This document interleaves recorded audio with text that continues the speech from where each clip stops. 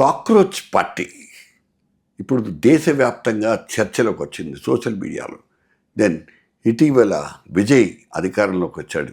ఎటువంటి డబ్బు ఖర్చు పెట్టకుండా జెన్జీ సహకారంతో.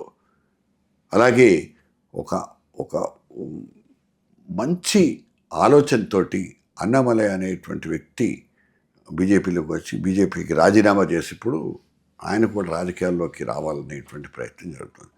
ఈ కొత్త ప్రయత్నాలన్నిటి ప్రభావం తెలంగాణ మీద కానీ ఆంధ్రప్రదేశ్ మీద కానీ, ఆంధ్రప్రదేశ్ పక్కన పెడదాం, బట్ తెలంగాణ మీద ఎటువంటి ప్రభావం చూపిస్తాయి అనుకుంటారు? దాని ఇంపాక్ట్ ఏమైనా ఉంటుందా?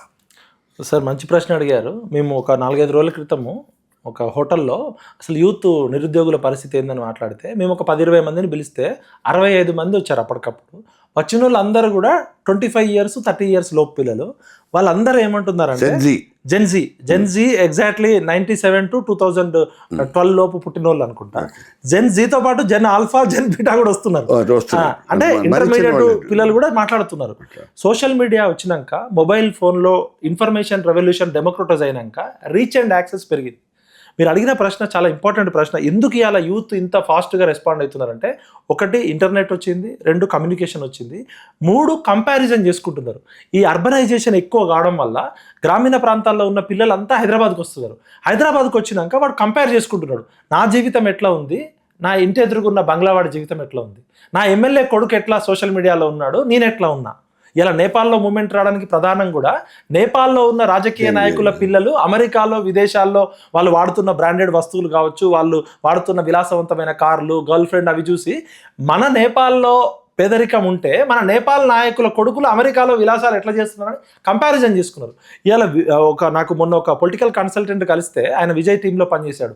ఎందుకు మీరు ఎట్లా సక్సెస్ సాధించారంటే, ఈ అర్బన్ యూత్ అంతా, ఈ మోడర్న్ అర్బన్ యూత్ అంతా they are more reach and access, they are analysing.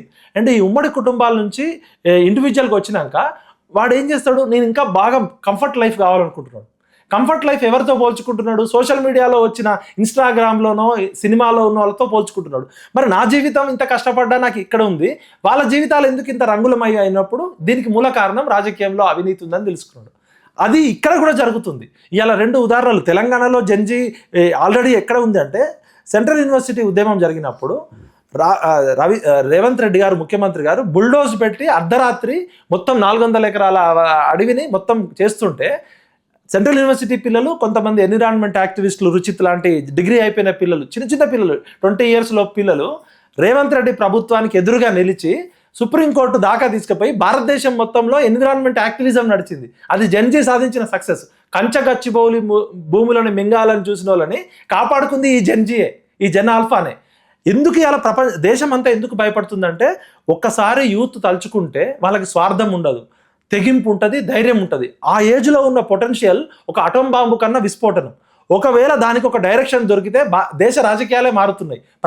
China Tiananmen square దగ్గర నుంచి చూస్తే నిన్న నేపాల్, శ్రీలంక. మనం పాజిటివ్ కోణంలో చూస్తే కూడా కాక్రోచ్ పార్టీ అనేటాయన, కాక్రోచ్ గురించి ఎవరు, సుప్రీంకోర్టు చీఫ్ జస్టిస్ గారు ఒక వ్యంగ్యంగా వీళ్ళంతా బద్దకస్తులు, లేజీ ఫెలోస్ అని మాట్లాడారు. ఆ వ్యంగ్యాన్ని తిప్పికొడుతూ ఒక సోషల్ మీడియాలో పోస్టింగ్ పెడితే 2 కోట్ల మంది, అంటే ఇలా బీజేపీ పార్టీకి కాంగ్రెస్ పార్టీకి లేని సైన్యము వారం రోజుల్లో 2-3 కోట్ల మంది వచ్చిరంటే, youth are thinking differently. They are not for కులము, మతము, ప్రాంతం పేరుతో విద్వేషాలు తెచ్చగొట్టే రాజకీయం చూడలేదు. ఇక్కడ చాలా అద్భుతమైన మాట. నేను ఇదే యూత్ యూనివర్సిటీల్లోనూ కాలేజీల్లో చదువుకుంటున్నట్టు విద్యార్థులందరూ కలిసి అస్సాంలో 80లోనే ఎగ్జాక్ట్లీ ఒక ప్రభుత్వాన్ని ఏర్పాటు, ప్రఫుల్ కుమార్ మోహంతా మీరందరూ ఎగ్జాక్ట్లీ. వన్ థింగ్, ఏమైంది ఆ ప్రభుత్వం, ఎందుకు పడిపోయింది, వాళ్ళ ఆలోచనలో ఎందుకు మార్పు వచ్చింది? ఇప్పుడు విజయ్ది కూడా ఒక ప్రయోగాత్మకమైనటువంటి ప్రభుత్వాన్ని నేను అనుకుంటున్నాను.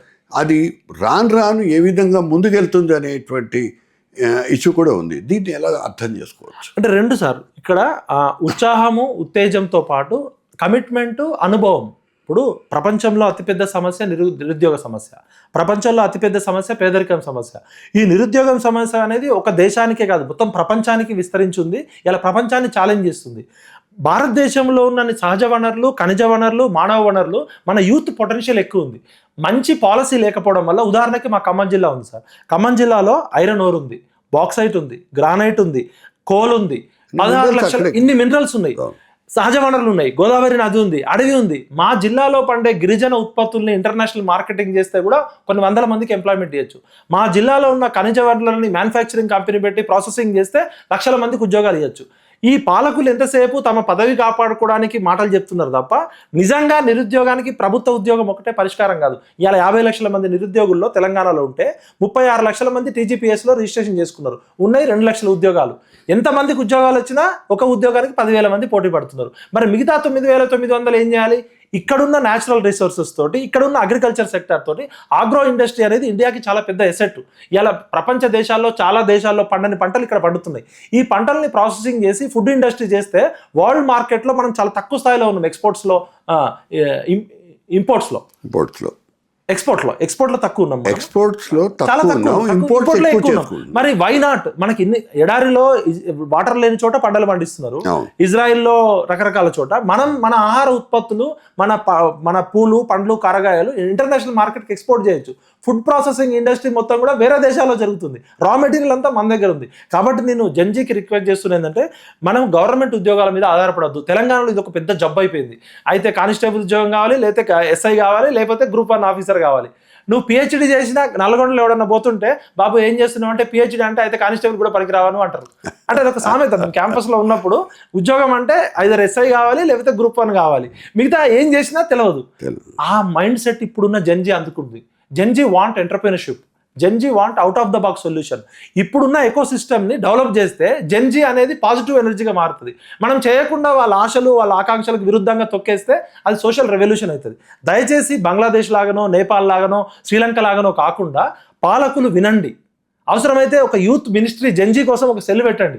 జెన్జీ తలుచుకుంటే గంటల్లో ప్రభుత్వాలు పడిపోతుంది. ఆయన పెట్టాడుగా ఇప్పుడు ఆల్రెడీ జెన్జీ మినిస్ట్రీ పెట్టాడు కదా విజయ్.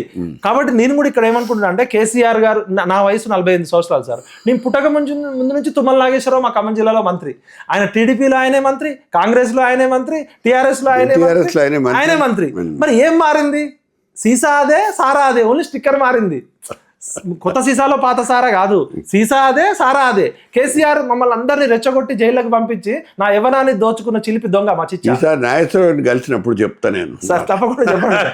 ఇప్పుడు కేసీఆర్ గారు 78లో పుట్టి, చంద్రబాబు 78లో పుట్టి, వీళ్ళంతా 78లో 50 ఏళ్ల క్రితం పుట్టిన వాళ్ళు. వాళ్ళే రంగులు మారుతున్నాయి, జెండాలు మారుతున్నాయి, రంగులు మారుతున్నాయి, కానీ నాయకుల దోపిడీ మారట్లే, కుటుంబ పాలన వస్తుంది. కాబట్టి Gen Z want to revolution for new civilisation. Revolution అంటే మేము వచ్చి బస్సులు బద్దలు కొడతాం అవి కాదు. వీళ్ళు ఏమంటుందంటే, ఆలోచనే ఆయుధం, ప్రశ్నే ప్రజాస్వామ్యం. మేము ప్రశ్నిస్తాం, మాకు ఆన్సర్ చెప్పండి. మేము సరైన రీతిలో ప్రశ్నిస్తామంటే వాళ్ళ మీద కేసులు పెడుతున్నారు. కాక్రోచ్ పార్టీ అని ఒక అబ్బాయి అమెరికాలో బోస్టన్ యూనివర్సిటీలో పబ్లిక్ పాలసీ చదివే అబ్బాయి ఒక ట్వీట్ పెడితే మోడీ ప్రభుత్వం షేక్ అయిపోతుంది. అబ్బాయిని అరెస్ట్ చేస్తా అంటుంది. అబ్బాయి అడిగింది ఏమైనా తప్పుందా?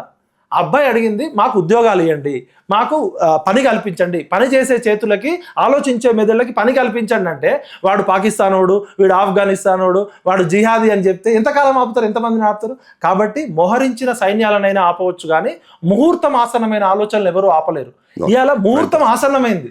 కాబట్టి కొత్త తరానికి, కొత్త రెవల్యూషన్కి భారతదేశం కొత్తగా ఆలోచిస్తుంది. ఒక సింగపూర్ లాగా, ఒక చైనా లాగా, ఒక జపాన్ లాగా, ఒక కొరియా లాగా మనం కూడా కుటీర పరిశ్రమలలో ఎక్స్పోర్ట్ చేయాలనుకుంటుంది. దయచేసి ఈ పాత నాయకులారా, మీరు అందరు రిటైర్ కాండి, లేకపోతే మిమ్మల్ని అందరు అండమాన్ జైల్లో తీసుకెళ్ళి పెన్షన్ ఇవ్వాల్సి వస్తుంది. Thank you.